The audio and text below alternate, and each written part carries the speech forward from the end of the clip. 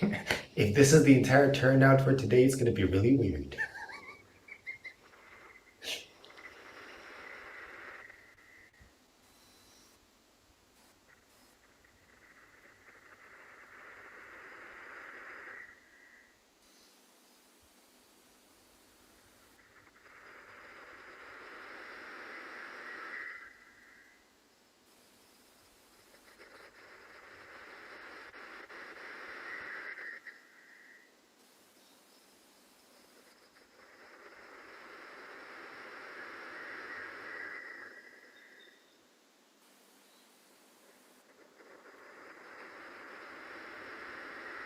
Well, actually, Kote is going to be here in a few hours, sitting with the recording across space and time. So, hi, Kote. I'll see you in a few hours.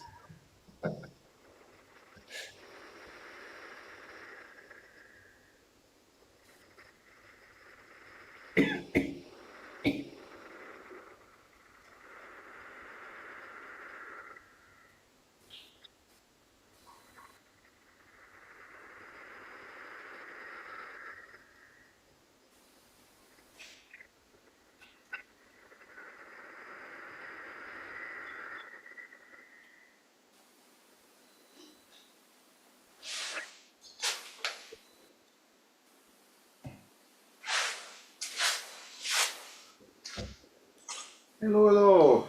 Can you hear okay? Yep. Good, good, good. Let's see. Final check.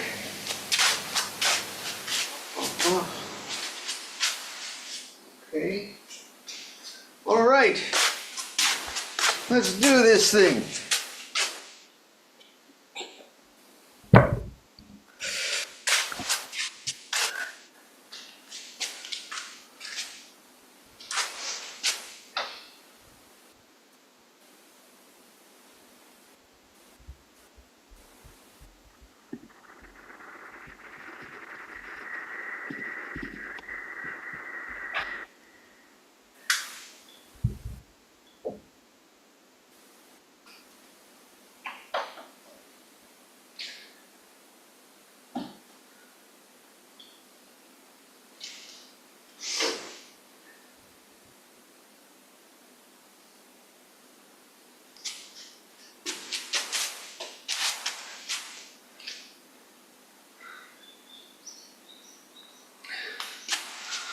Okay. Well, you know, Japan is great with miniaturization, and that's what we've done with our Zazenkai. So this is our new, all the fun in 3 hours Zazenkai. After 16 years, somebody finally persuaded me to change something around here. That's how long it takes to get me to change my mind. But here's the compromise. Because of this, we've gone from 4 hours to 3 hours. You must sit, chant, and walk Kinhin 25% faster. All right, we're just speeding things up. Okay, so 25% faster on the chanting, please. Just kidding, just kidding. We've somehow miraculously found a way to realize that I was wasting a whole hour there for the whole 16 years. How much is that? 16 years, 52 weeks a year. I've wasted thousands of hours of your lives. No, I'm just kidding. You can't waste a moment in Zazen, of course. But we're going to do 3 hours today, see how it works, consider it something of an experiment. Bion is here. It's the middle of the night where he is. I appreciate all of you being here. Onkai, you are Eno today, is that correct? Okay, looking forward to it. So without further ado, and our theme today is the Kihinki. It's a Kihinki, not kinky, the Kihinki, which is by Master Menzan and is his Fukan Zazengi for Kihin. You get what he did there? Kihin, Fukan Zazengi, Kihinki. And it's also a guide, as all things are, to living life, as you'll see. It's not just about walking. All right? Well, if you've been here before, you know what to do. And if it's your first time, just follow along. It is hot today. And we had a typhoon yesterday, so it's all damp and mushy. Yuck. Okay, let's go.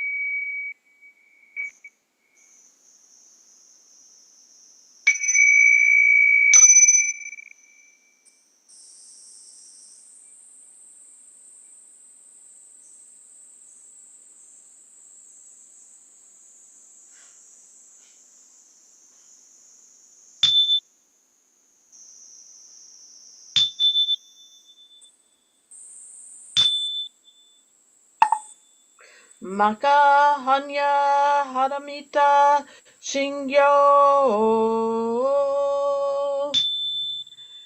Kanji Zaibo Satsugyo Jin Hanya Haramita Jishoken Go Onkai Kudo Isai Kuyaku Shari Shi Shiki Fu Iku Fu I Shiki Shiki Sokuze Kuku Sokuze Shikiju Sogyo Shikigaku Punyo Ze Sharishi Ze Shohoku Sofu Shofu Metsufu Fufu Jozofu Zofu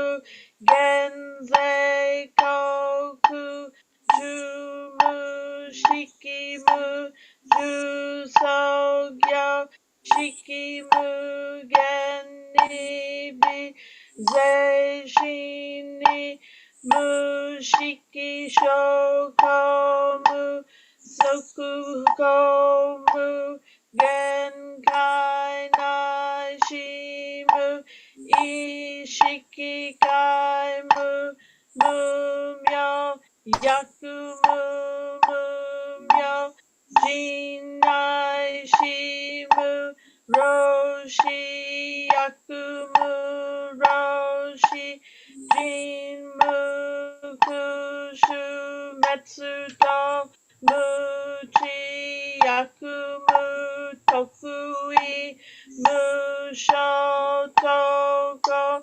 Bodai Sata E Hanya Hara Mita Go Toku Anokuta Sanyoku Samboda Kochi Hanya Haramita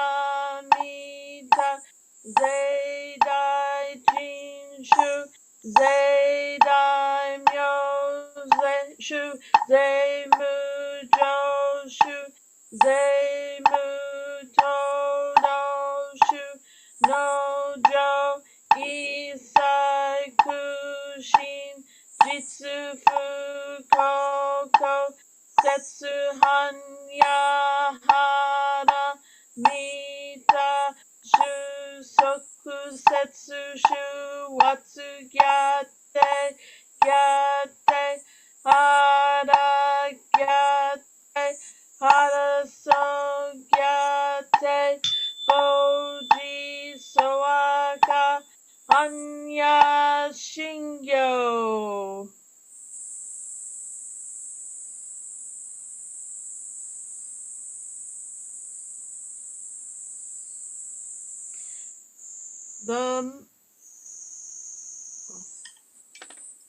The identity of relative and absolute. My mistake. Wait. My mistake. My mistake.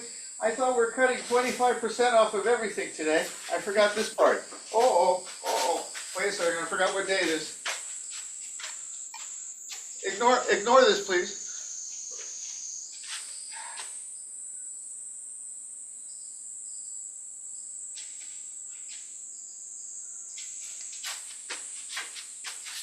Okay, and action.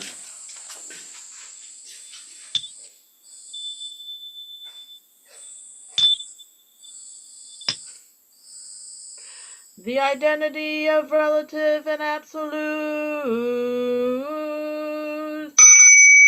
The mind of the great sage of India is intimately conveyed west and east, while human functions are both wise or dull. In the way there are no northern or southern ancestors. The subtle source shines clear in the light, the branching streams flow in the dark. To be attached to things is primordial illusion. To encounter the absolute is not yet enlightenment. All spheres, every sense and field intermingle even as they shine alone, interacting even as they merge, yet keeping their places in expressions of their own. Sights differed primarily in shape and character, and sounds in harsh or soothing tones. The dark makes all words one.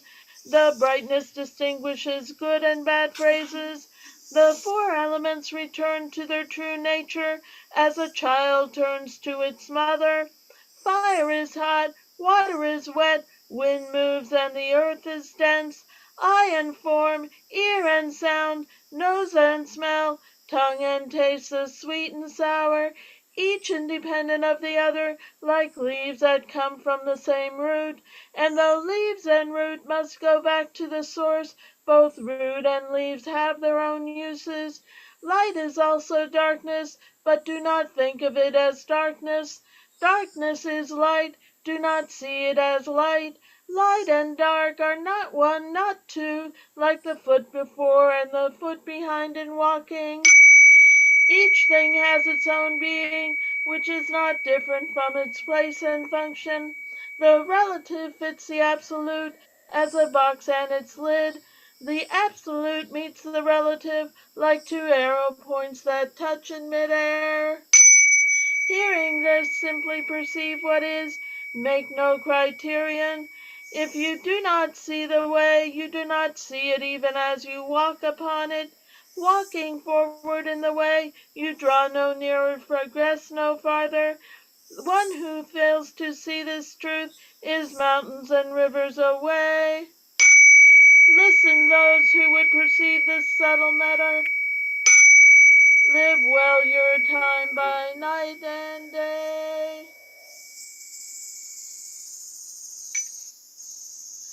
Buddha nature pervades the whole universe, reality existing right here now. In reciting the heart of the perfection of the Great Wisdom Sutra and the identity of relative and absolute, we dedicate our sincere efforts to Shakyamuni Buddha, honored one, the historical Buddha and teacher, and to those ancestral teachers, Eihei Dogen, honored one, Soji Keizan, honored one, all successive honored ones up until Zuigaku Rempo, honored one, and Gudo Wafu, honored one, and to all honored ones throughout history, same yet diverse honored ones whose names have been forgotten or left unsaid. We also dedicate these efforts to the three treasures, Buddha, Dharma, Sangha, to all awakened ones and teachers in all places and times. We especially seek tranquility and well-being for all creatures now suffering or ill in health. May they be serene through all their ills. May their lives be at peace and wisdom pervade the darkness of ignorance. We dedicate our hopes and aspirations to all victims of war and violence and natural events, to the injured and to all families touched by these tragedies, to the healing of hatred in all countries and among all peoples, to the wisdom and compassion of our world leaders, to the peace of the world and harmony of all beings. Thus let the harmful effects of words, thoughts, and actions be dispelled, and compassion bloom in perpetual spring. May we all realize and live the enlightened way together.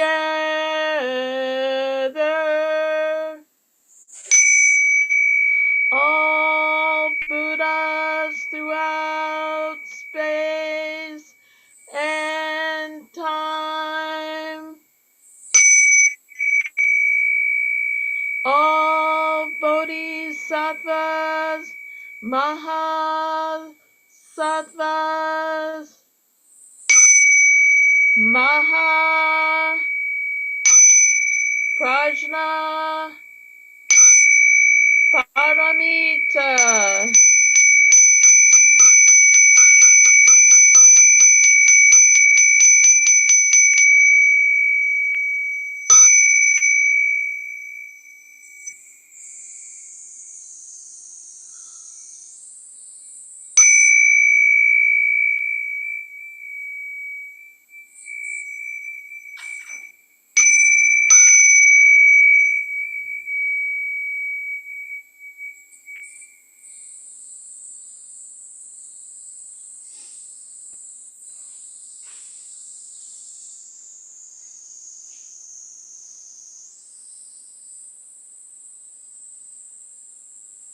Zazen.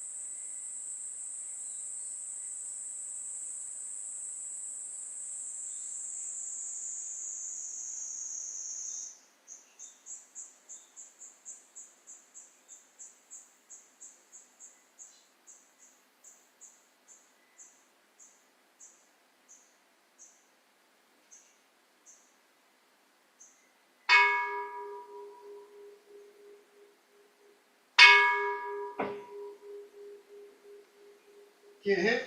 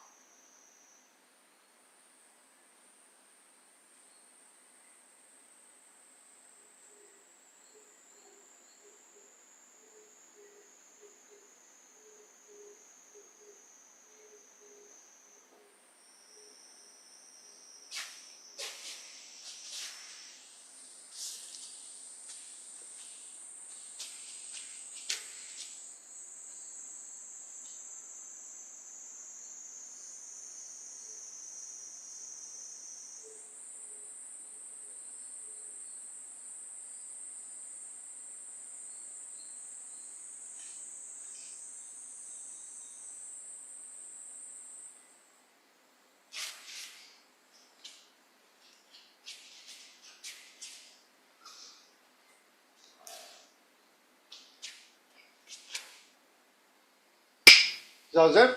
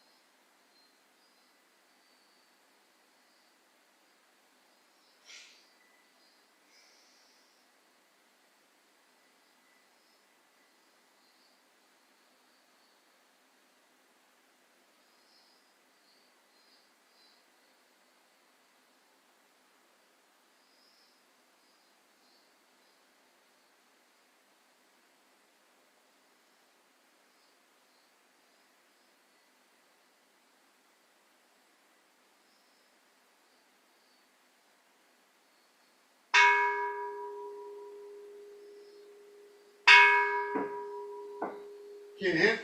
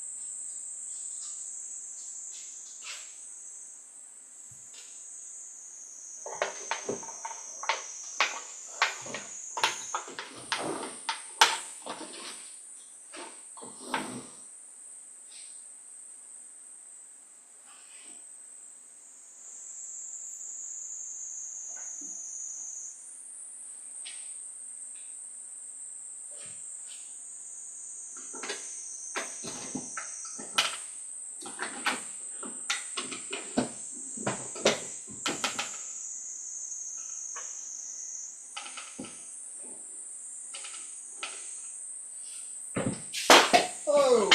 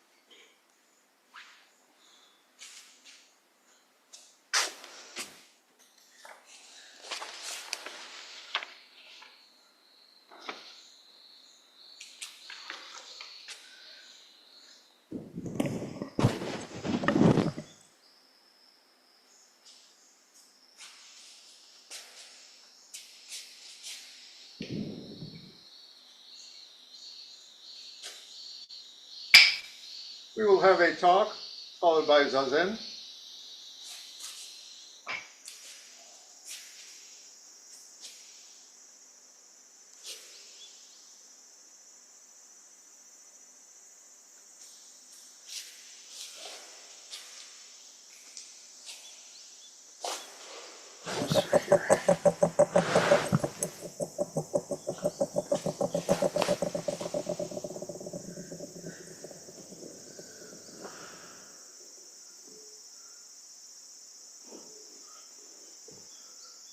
What did I do?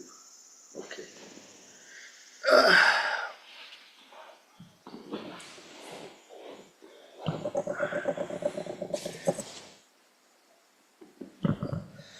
We have the verse to open the sutras.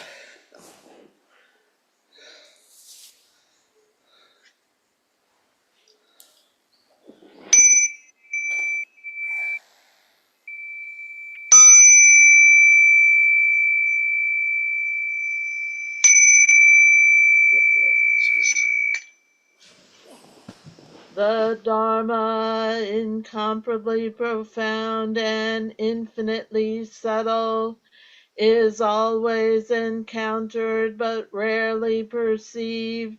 Now we see, hear, receive, and maintain this. May we all realize the Tathagata's true meaning. The Dharma, incomparably profound and infinitely subtle, is always encountered but rarely perceived. Now we see, hear, receive, and maintain this.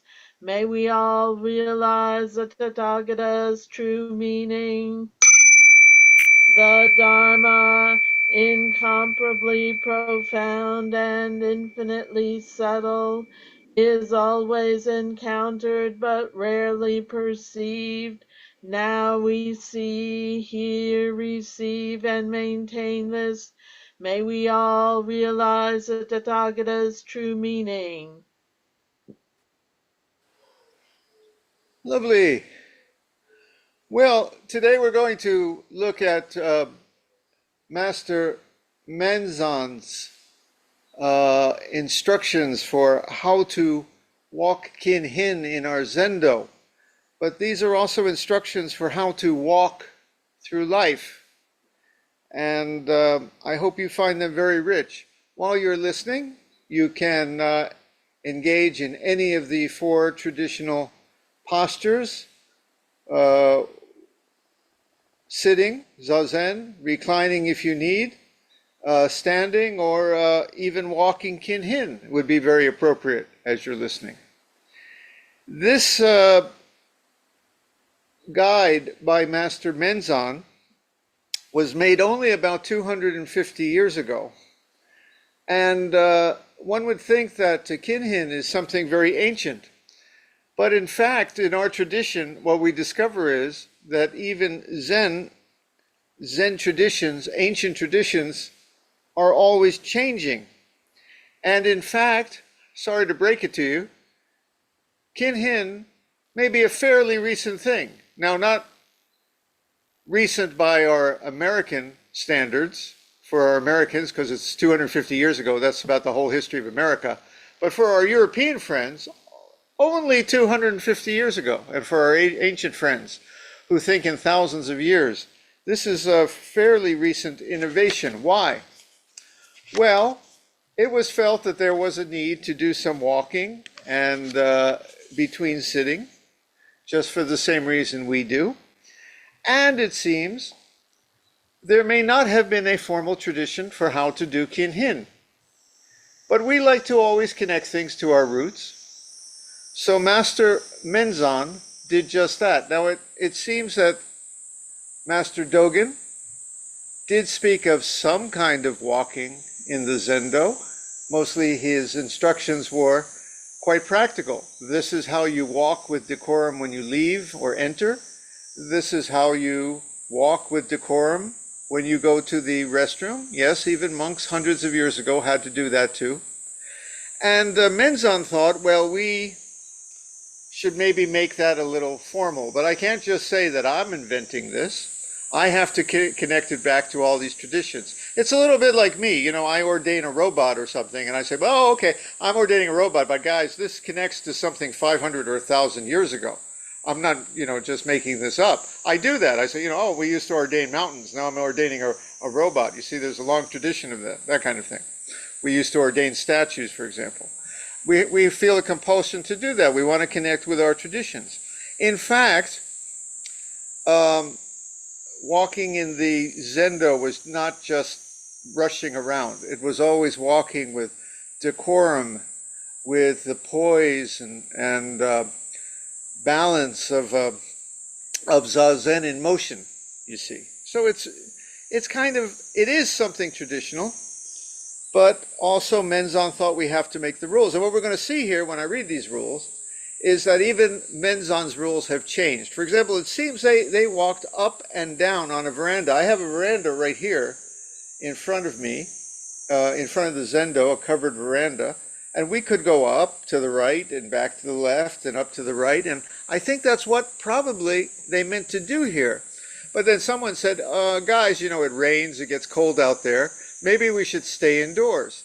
So even though it says here we shouldn't circumambulate, walk in circles, well, that's exactly what is done in Japanese Zendos and our Zendo now. We walk around the sitting place in a circle.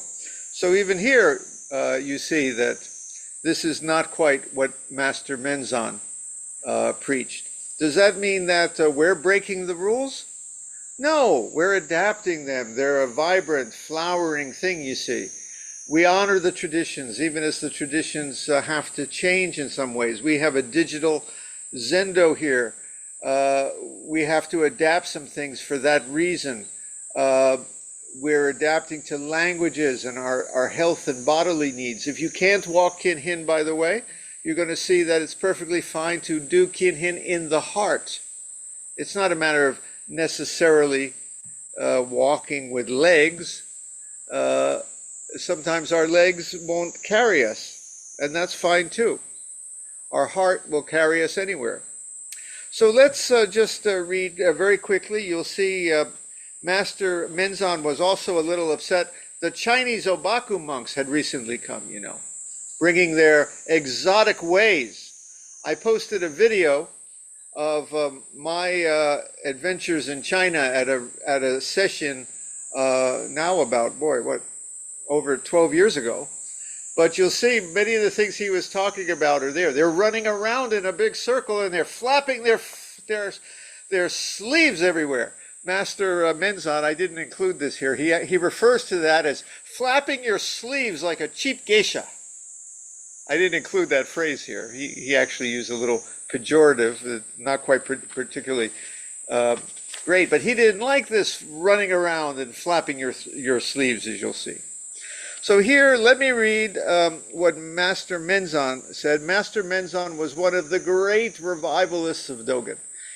So much of our tradition is because Menzan honored Dogen, went back into Dogen's old writings, told the Soto priests of the time, guys, you've disregarded what our traditions are.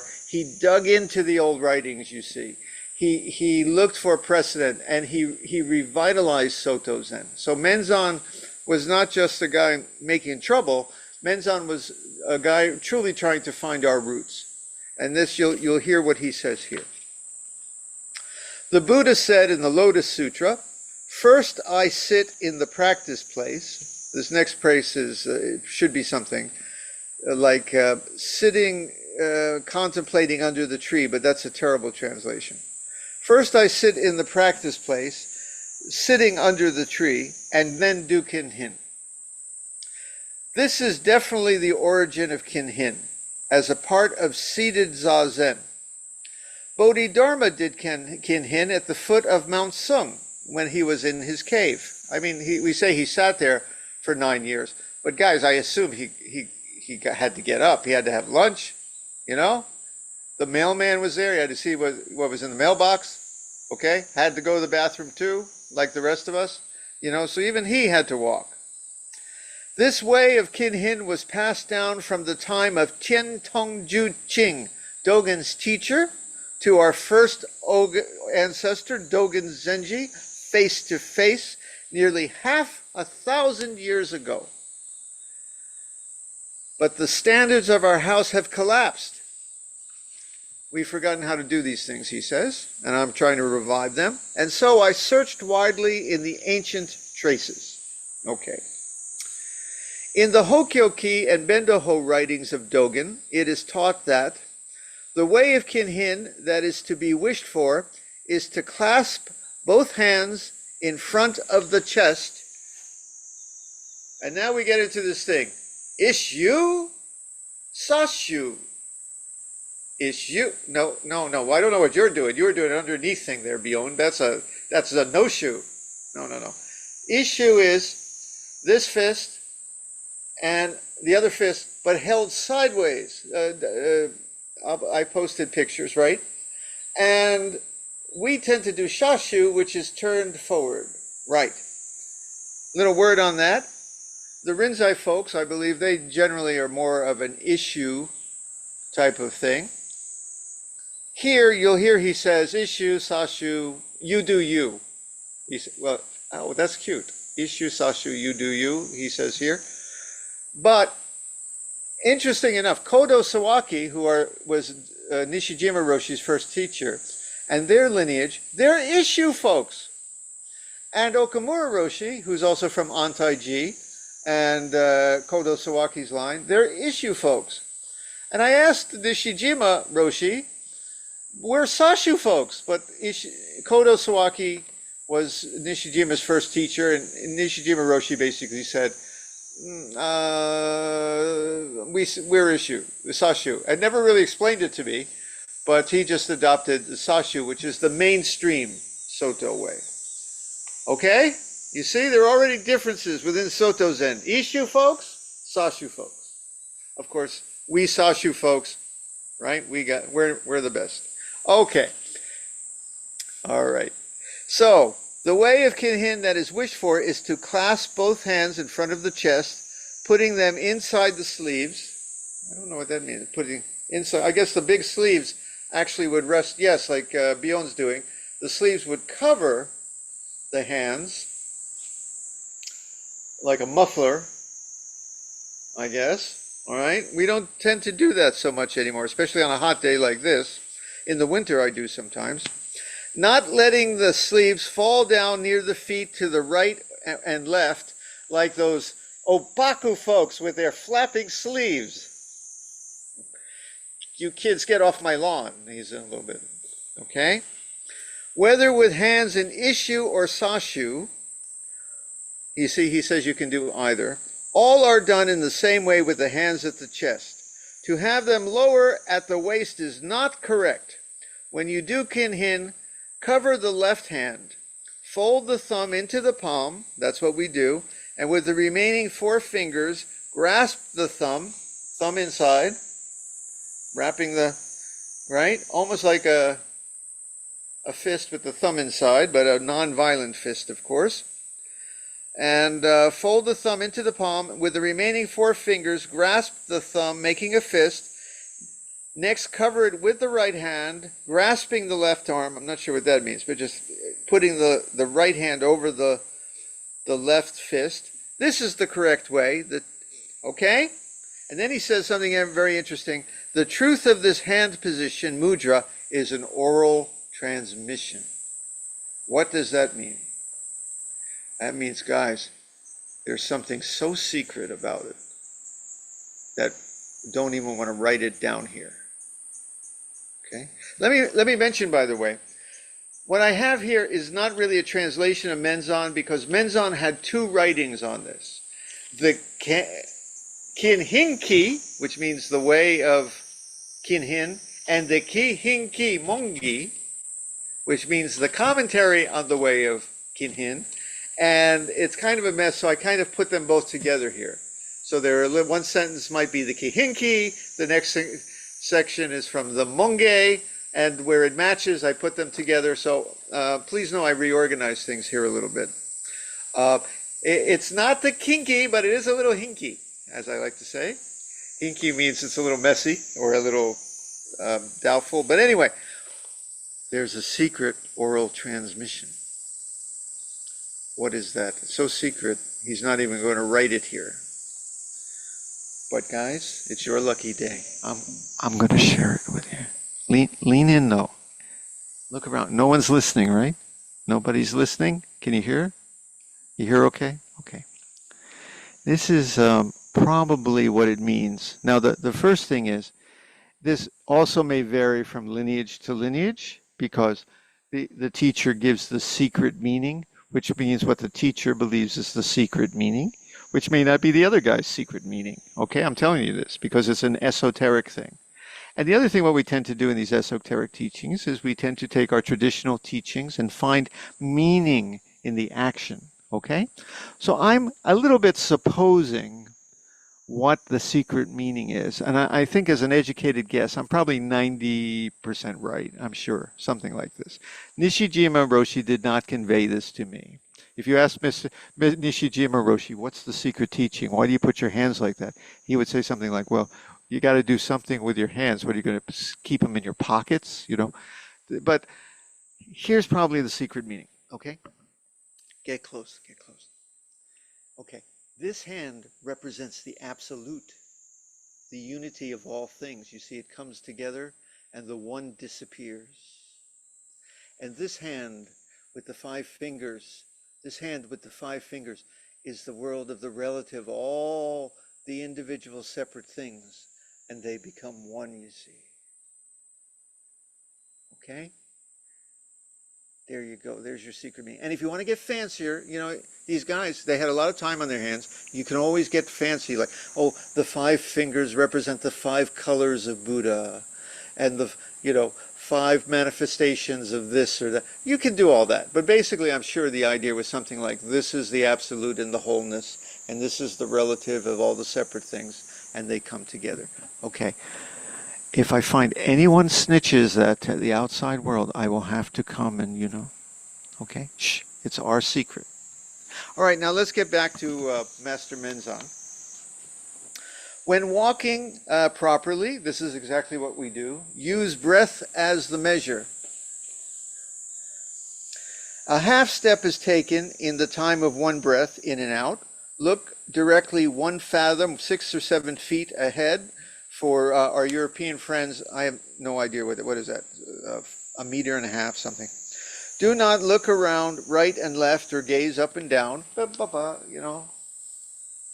Basically, we're walking Zazen.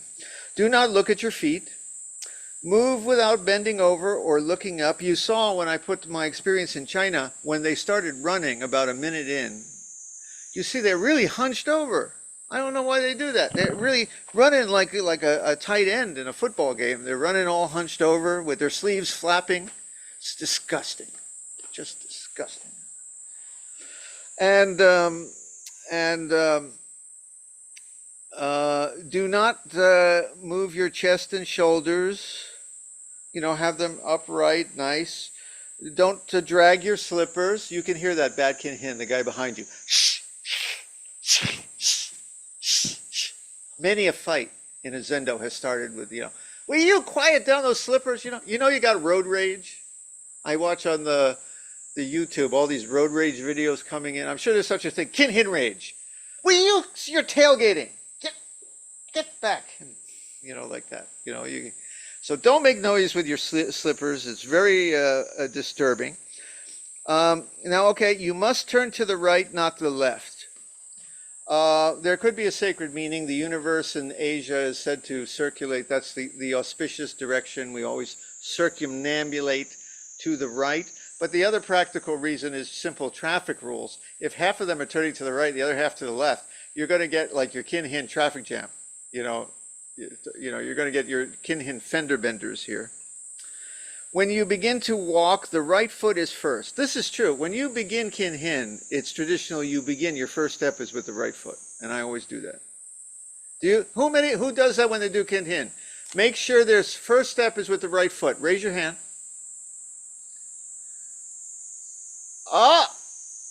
Koriki, you've been starting with the left foot? Oh, it didn't count. Sorry, all that Kinhin was for nothing. Okay, from now on, right foot guy. First step was with the right foot. Then he says, right foot is first, then the left foot. As if you were going to do what? Right foot, right foot? Right foot, right foot, right foot, left foot? What I don't know, but he said, make sure after the right foot, then the left foot. Now we do Kinhin under the eaves on the porch of the monk's hall. So, of course, the right way is to adapt to that dimension, and he describes going up and coming back, going up and coming back. Don't circle. But now we're going to get, though, into the deep meaning of this, and this is the real importance. But as though standing in one place, as though not moving forward. It is splendid to move slowly, walking in magnificent ease and quiet. Walk gently, modestly, not bustling. Bustling means quickly and in a frenzy, or going in circle, like those, obaku folks. It means to run back and forth like dogs and horses in an unruly way. We run and we hustle all day. This is the first lesson for life here. We get up in the morning and we start running. We have to get here, get there. Time is money. I have to move over here now because I cannot see the little clock I brought. I have to bring that. We're bound by the clock. How good to walk just to be here and here and here. Not hurrying, nor standing still. Is this not our Zen attitude towards life? We move forward, the world is turning, the clock hands are turning, and yet we're still. Just here, just here, just here. So this is why I think our way of walking Kinhin in the Soto way, so inefficient. Sometimes after minutes you've moved a few feet. Where are you going? What is the destination? The destination is just here, just here, just here. And to all our practice, it's not a matter of quantity or intensity. We have our physical trainer, Chris, here, and he knows that sometimes you got to push hard, but it's more consistency, right, Chris? It's more, yeah, okay, well, yeah. But anyway, for us here, consistency, it's more pushing, but not overdoing, the middle way. And so the Buddha tells a story here. In the Vinaya of the Mahasanga, that's one old school of Buddhism, the Vinaya were the rules for monks. In the Vinaya, it is written that Kotiputara, who I could find no other information on apart from this story, had recently left home, recently became a monk, was really gung-ho, and did Kinhin in the graveyard tirelessly, such that the soles of his feet were lacerated. I don't think they wore shoes back then, too, And blood flowed onto the ground. He was really trying, walking, to get where he's going. The Buddha saw this and understood what had happened. He asked the monk, "Who is it that has done Kinhin here, such that blood has flowed out like this?" The monk replied, "This is the place where Kotiputara did Kinhin." Buddha instructed the bhikkhu, the monk, "If Kotiputara or anyone does Kinhin with vigor as if to pulverize Mount Sumeru into dust," the greatest mountain, like doing Kinhin as if to wear away Mount Everest, "he will not be able to attain the way." You see, it's not a matter of pushing and pushing your body to that degree in order to thinking the no pain, no gain. Sorry, Chris. In order to make sure that you have to do this with such intensity to realize what we realize. Middle way here.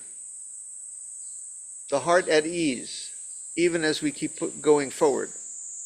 And then the Buddha says, frankly, besides that, he's going to hurt his feet. which is true, you know. Okay. We also don't do this to get merit, though we do this for others. This is important.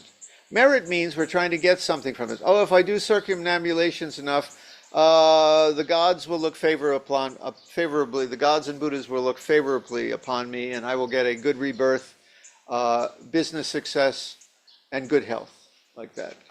Prosperity, Dharma, as we say sometimes. He's saying, don't do it for that reason. This is not worship. This is not anything except walking to walk. So he says, know that it is different from going around in a circle, even though now we go around in a circle here. This was when he said, don't go around the circle. Go straight and return straight, following just one path. So we've already changed things from his rules of Kinhin.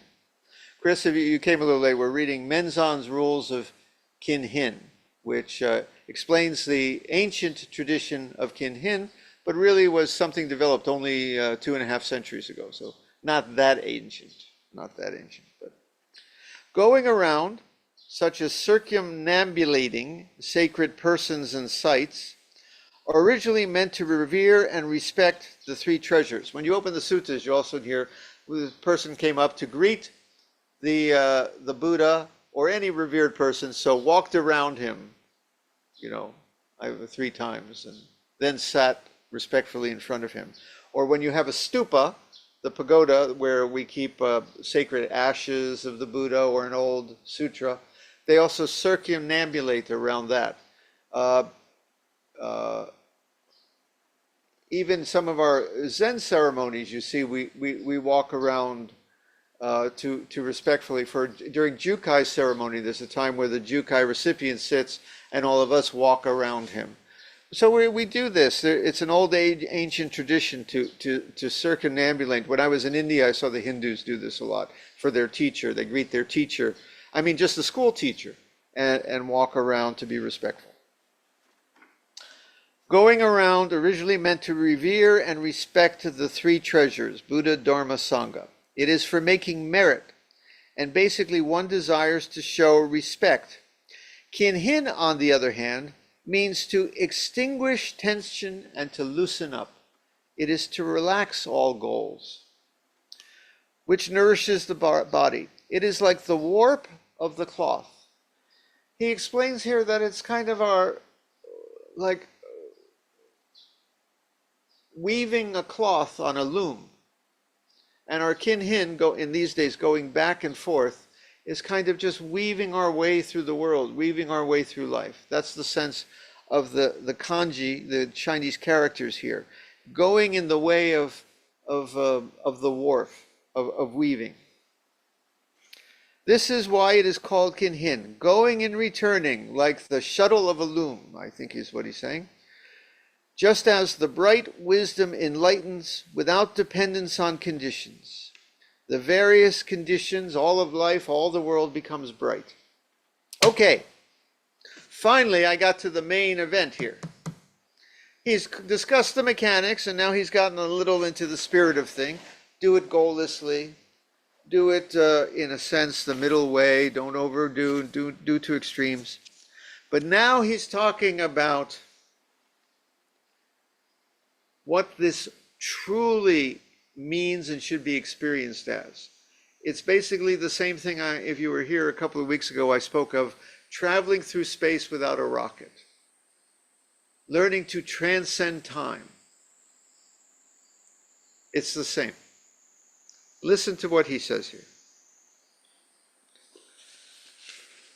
Hundreds of rivers of different sources all return to the one great ocean and become one flavor. Like our hand in the secret gesture, all the separate things return and become the wholeness.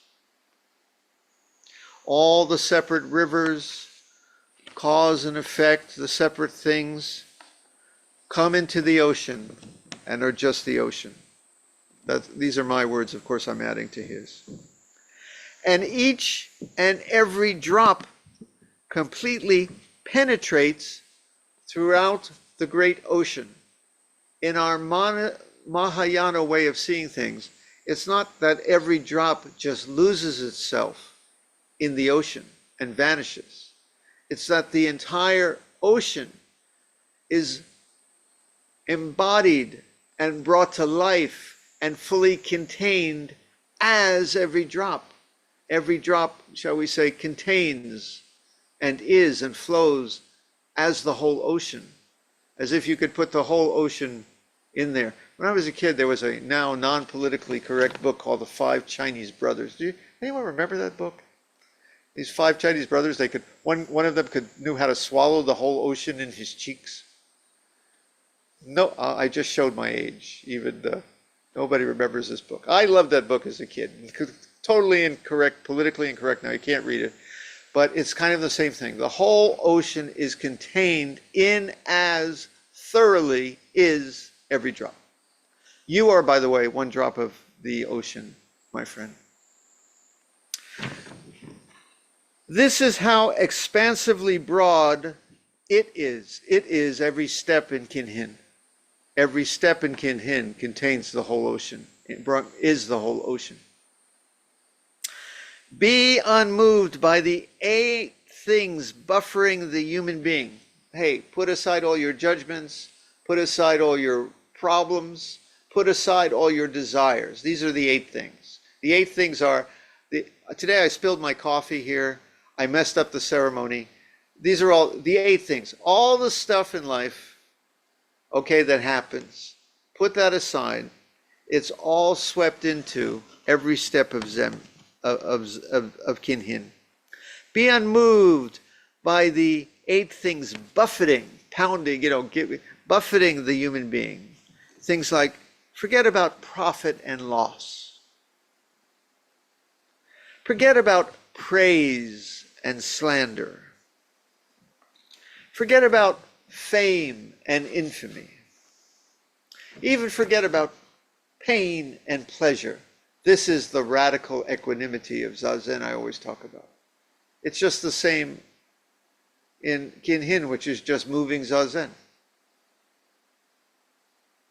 Zazen, Kinhin, complete in every step. Each step is a total arrival. Each step is its own fruition. Each step is its own, shall we say, arrival at the destination. So forget about profit and loss. The total profit is this step. Nothing can be lost. The true and the mundane, forms and emptiness, the absolute and the empty. The separate things and the absolute and emptiness. Things like being or non-being, judgments of good and bad, things that are so-so, the expedient, and the perfect. Your judgment of what is perfect, your judgment is of what is adequate or inadequate. Judgments of long and short, the straight and the bent, the bright and the dark. All of it. All these opposites, all these comparative pairs are like the forward step, then the after step. Breathing in, breathing out. The forward step, the after step are simply the one step, the one walking, the wholeness. All the separation, the division, the conflict, the distance, the measures of time, all come together in just this step, and this step, and this step. Now this is advice for life. You're supposed to live your life. If you come to Zen, you're supposed to go living your life. When you get back in there to the world of right and wrong and long and short and problems to solve and pain and health and all, you're supposed to go with a little of this still in your heart that sees through that. That's what you're doing here. That's what you're paying me to tell you. That's why I get the big bucks. Okay? All right.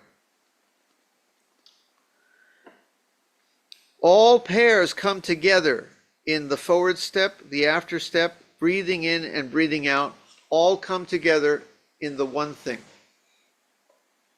The true Kinhin is the unimaginable, the unattainable, marvelous practice. Get this is very important. It's true for Zazen, it's true for Kinhin, and you should learn to see it in all moments of your day. One action is all actions, just like one drop holds the whole ocean. One moment of Zazen is literally the whole universe, all time and space. It looks like just a guy sitting there,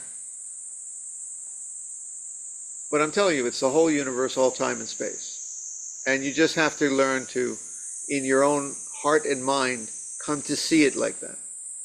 One action is all actions. One phenomenon is all phenomena.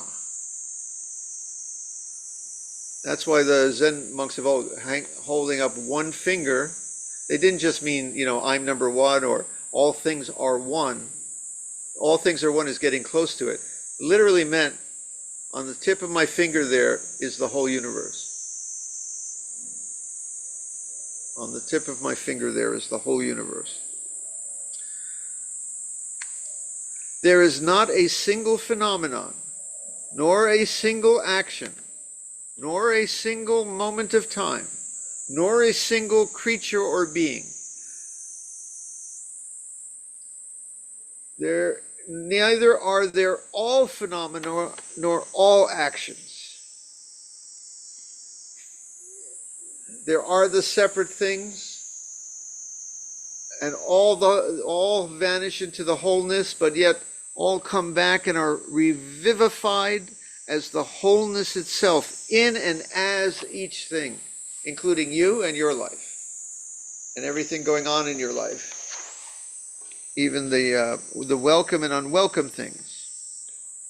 Far and near are the same. Past and present are not two. You see, there's my traveling through space without a rocket and traveling through time.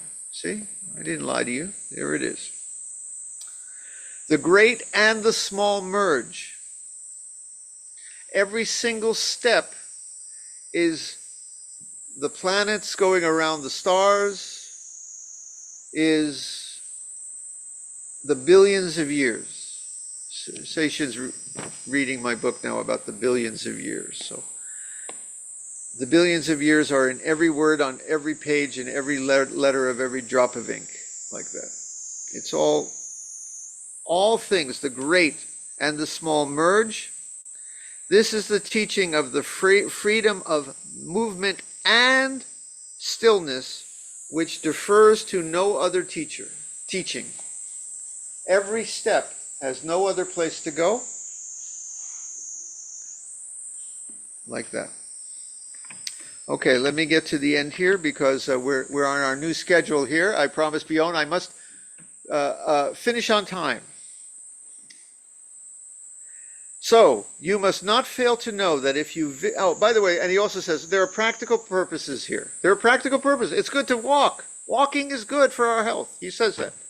Okay, Chris? 7,000 steps was the new recommendation. It used to be 10,000 steps. This week, they reduced it to 7,000 steps every day. Good for your health.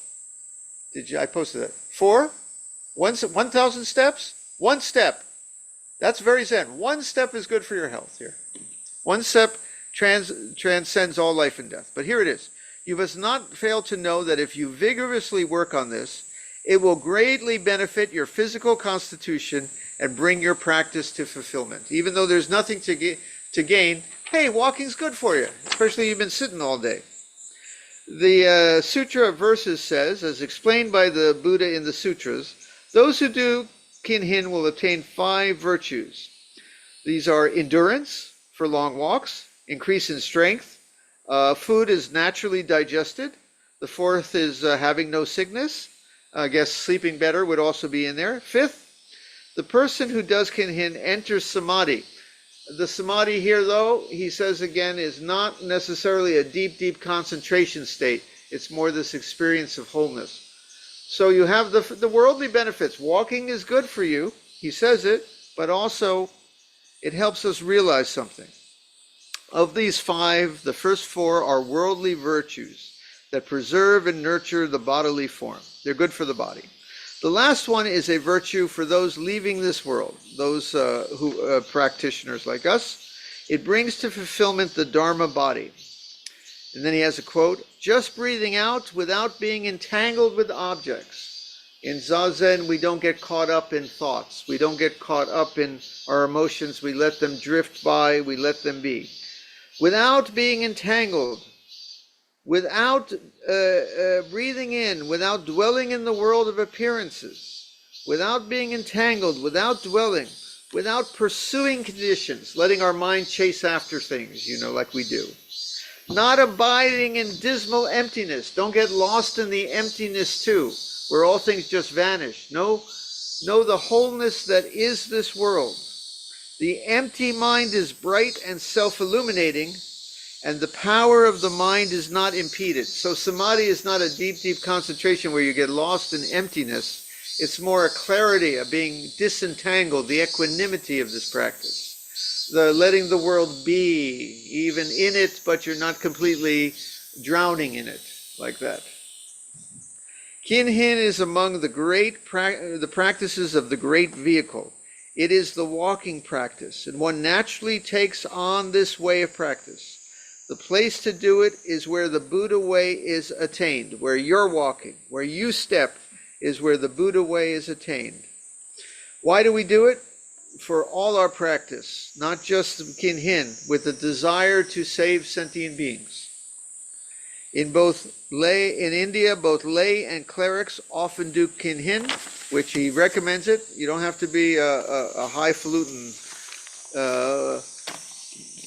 grand poobah.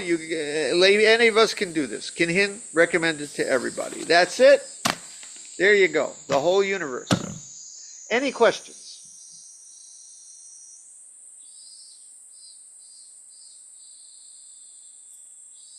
Yes, Ancho.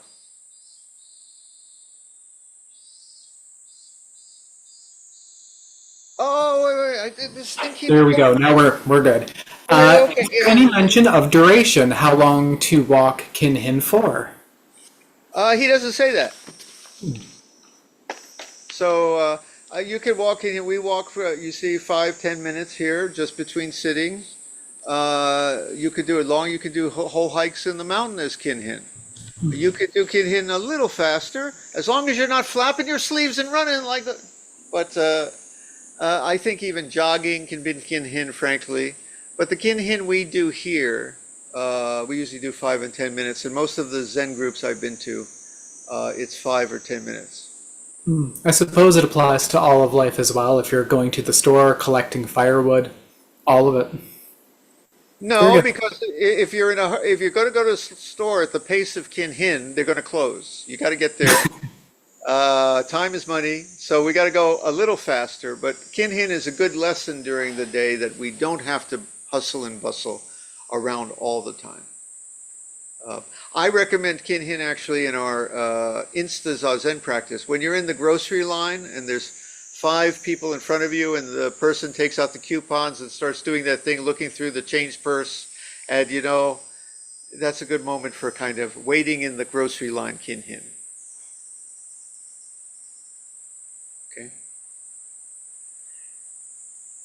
Anything more? Because I told you we don't rush, but we got to get going here. I'm watching the clock. Beyond's got me now. We're at the new schedule here. We're already cutting into our stretching time. Okay. Beyond, will you chant us out? What? It's Zazenkai. It's Onkai, chant us out, please. Thank you. May the merits of these teachings penetrate each thing in all places, so that we and every sentient being together may realize the Buddha's way. All Buddhas throughout space and time, all Bodhisattvas, Mahasattvas, Maha, Prajna, Paramita. Okay. We're not dancing anymore because apparently YouTube didn't like it, and I used to get lawyers letters. Like last time we did SpongeBob, and we get a letter like, "Dear sir, we're going to sue you for $12 billion because you've been dancing to SpongeBob," and they'd ban us from YouTube. So Bjorn said, "No more dancing." But what we're going to do now is just a stretch. I call it the cannon stretch because he, she, they have 1,000 arms. So it's a big stretch, right? So let's get up and just do a stretch, and then we're going to sit Zazen. Let's go. Okay. Oh, boy.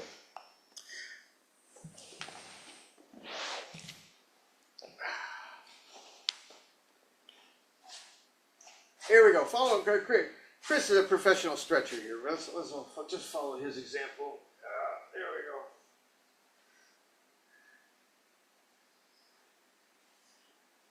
Okay. Yes. Ooh, that is good. Don't forget the legs. Get legs in there. I'm doing a little Tai Chi. I get my Tai Chi moves here.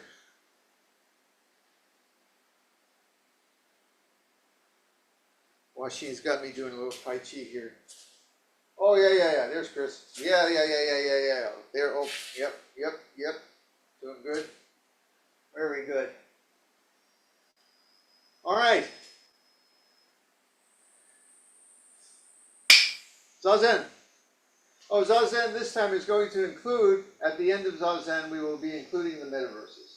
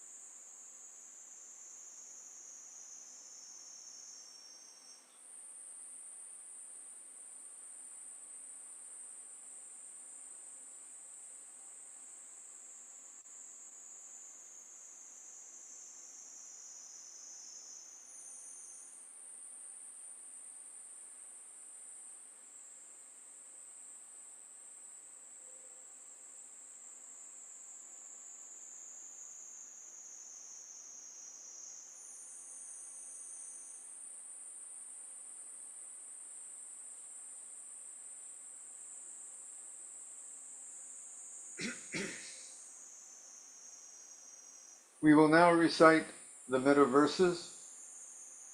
Please visualize this in your heart. Truly feel it. If you do, there is power to touch you, power to touch those around you, and even far away. We begin with ourselves. If you don't know the words, you may just listen and let them resonate in your heart. May I be free of suffering. May I feel safe and still. May I be free of enmity, hate. May I be loving, grateful for all of it, and kind.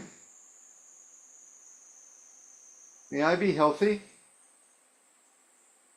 but when not, at ease in all my ills. May I be at peace, embracing all conditions of life. Now for someone you love, think of someone you love who might use a little healing. May he be free of suffering. May he feel safe and still. May he be free of enmity. May he be loving, grateful, and kind. May he be healthy and at ease in all his ills. May he be at peace, embracing all conditions of life. Now for a friend.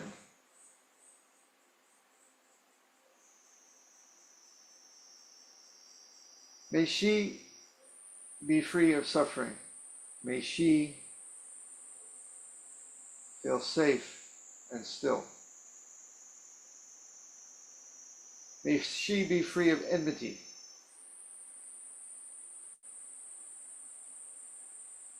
May she be loving, grateful, and kind. May she be healthy, and when not, at ease in all her ills. May she be at peace, embracing all conditions of life. Next is for a stranger, someone you barely know, someone you may have passed in the street. Okay. May they be free of suffering. May they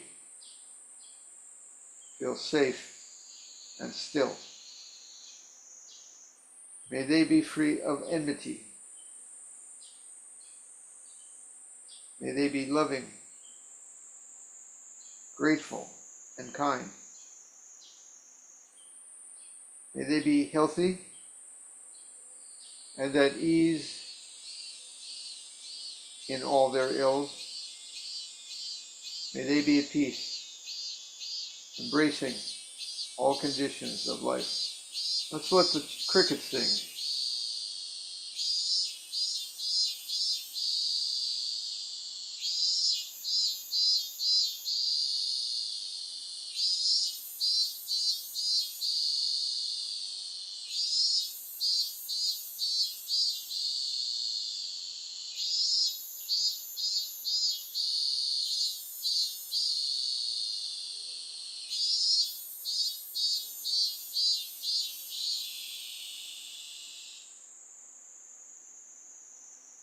I don't know if you could hear, but the cicadas are chanting with us today.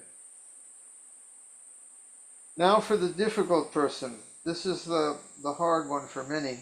Someone who hurt us, someone who may be hurting the world.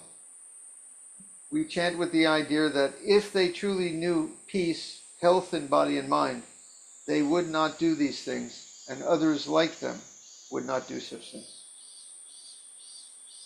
A difficult person.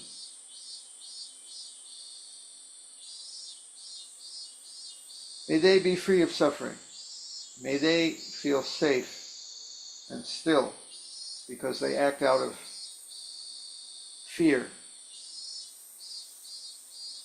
May they be free of enmity because they express so much hate.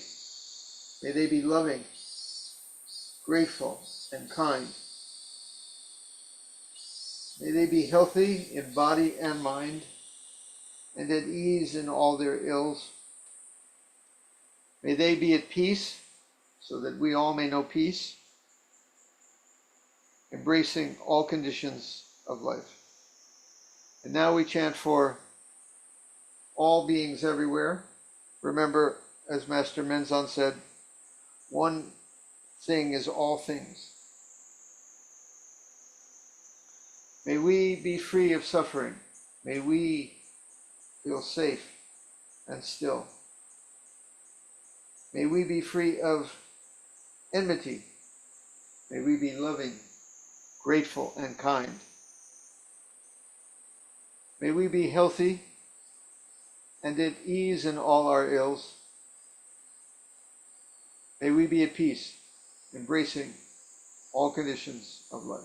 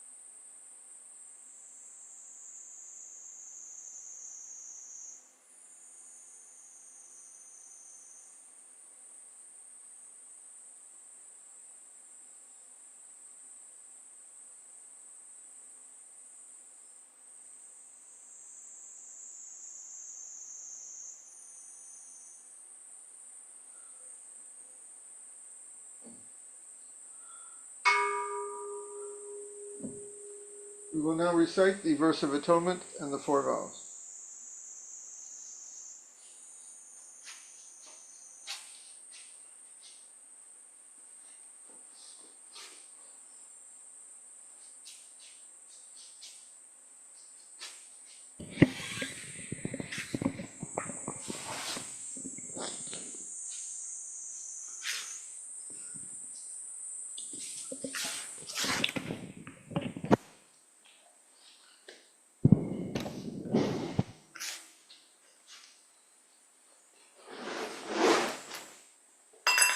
Oops, one of those days.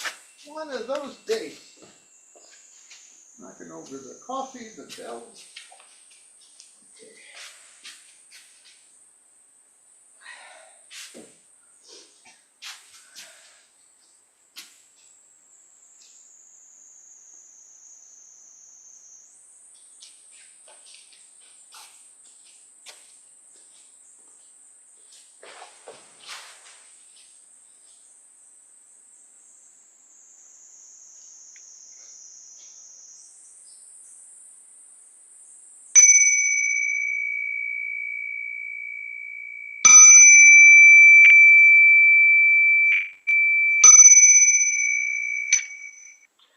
All harmful acts, words, and thoughts ever committed by me since of old, on account of beginningless greed, anger, and ignorance, born of my body, mouth, and mind, now I atone for them all.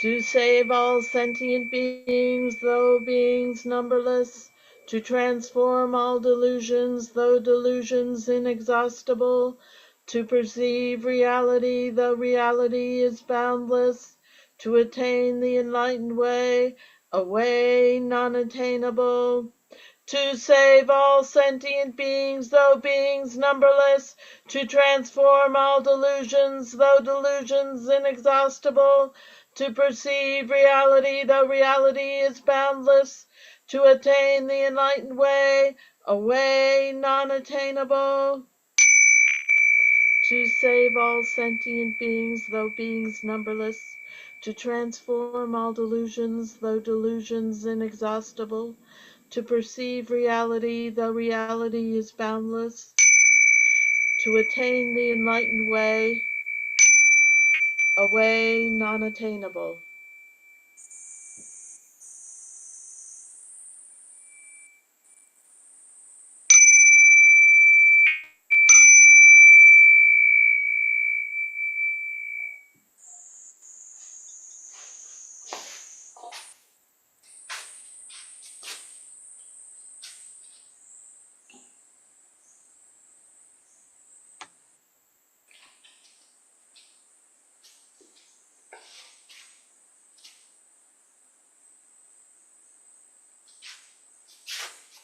Well, it's summer vacations season here. All our usual folks are all traveling all over the world, going exotic places. One person's going to Mongolia. Oh boy, I'm not going anywhere.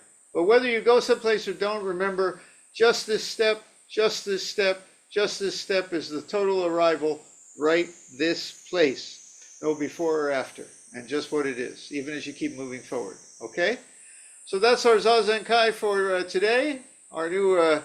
Our new efficient and short and sweet version. I'll see you guys around the Sangha. Thanks for coming today. See you guys. Thanks for jumping in on Kai today. See you guys. Thank you, everyone. If you can, drop us a line in the thread how this was, the change, if it was good or not good, good experience or not. Thank you. Have a good day. Thank you, Jundo. Trying to reach the button. I'm stuck. I'll stop it. Don't worry about it. I'm going. I got to turn the computer off. See you later. Thanks, B.